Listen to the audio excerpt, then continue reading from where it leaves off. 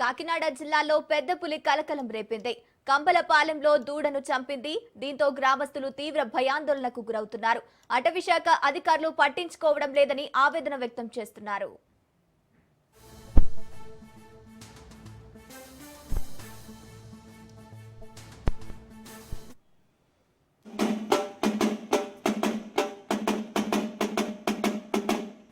మన ఏటారే ఉన్నదంటే పులే ఏటారే ఉన్నది. ఎవరు కూడా బయటికి వస్తా రానాకి లేదండి. చాలా జాగ్రత్తగా ఉండాలండి. మాపడికి మన ఏటారే ఉన్నదండి. మన ఊరు పక్కనే ఉన్నది. పులి తిరుగుతుందండి. పులండి. ఎవరు కూడా బయటికి రానాకి లేదండి.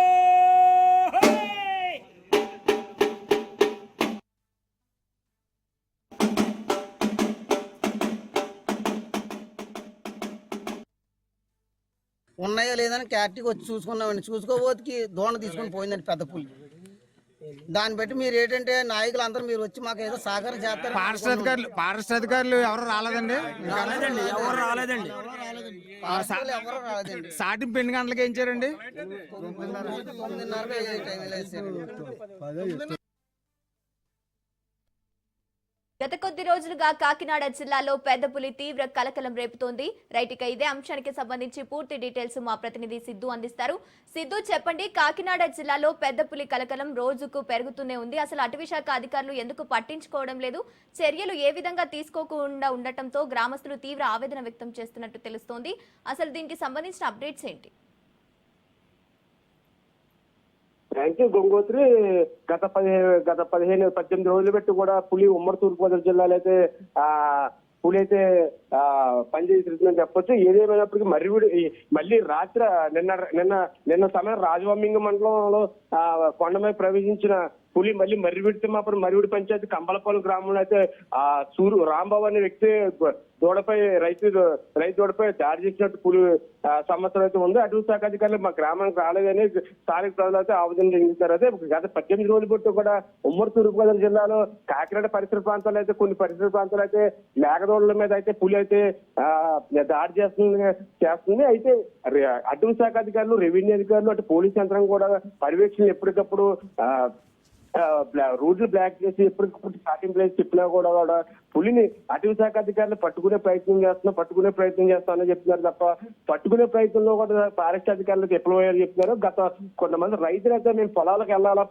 వెళ్ళకపోతే మాకు జీవనోపాధి ఉండదు, జీవనోపాధి లేకపోతే ఇంట్లో డొక్కాడితే కానీ పొట్ట గడవదనే పరిస్థితులు ఉన్న టైంలో ఇలా పొలాలకి పులి రావడంతో భయోందోళన అయితే ప్రజలు ఉన్నారు. అటవీ శాఖ అధికారులు కూడా సీరియస్ గా తీసుకుని అది పట్టుకునే ప్రయత్నం చేయాలని కొంతమంది రైతులు అయితే జీకొత్తూరు రైతులు అయితే వాపోయారని చెప్పొచ్చు. అదే డిప్యూటీ సీఎం అధినేత పవన్ కళ్యాణ్ ఏదైతే ఉందో పవన్ కళ్యాణ్ ఆదేశాల మేరకు కూడా సలహాదారుడు ఫారెస్ట్ మన స్టేట్ ప్రిన్సిపల్ సెక్రటరీ చలపతి వచ్చారు. చలపతితో పాటు చెప్పడం జరిగింది. మరి కొన్ని రోజుల్లో పులి పట్టుకునే ప్రయత్నం చేస్తామని చెప్పారు. ఇప్పటి వరకు కూడా పట్టుకునే ప్రయత్నం చేస్తున్నారు. అయితే ఉమ్మడి తూర్పుగోదావరి పరిసర ప్రాంతాల్లో అయితే ఈ కొండల ప్రాంతాల్లో అయితే పులి అయితే పులి స్థావరాన్ని రోజుకో ఒక మలుపు తిప్పిందని చెప్పొచ్చు. రోజుకో కొండని ఎదుక్కునే ప్రయత్నం చేస్తుంది. అయినా ఫారెస్ట్ అధికారులు కూడా నామమాత్రం లైట్ తీసుకోవడంతో పులిని పట్టుకునే ప్రయత్నం చేస్తలేదని రైతులు అయితే ఆవేదన చెందుతున్నారు.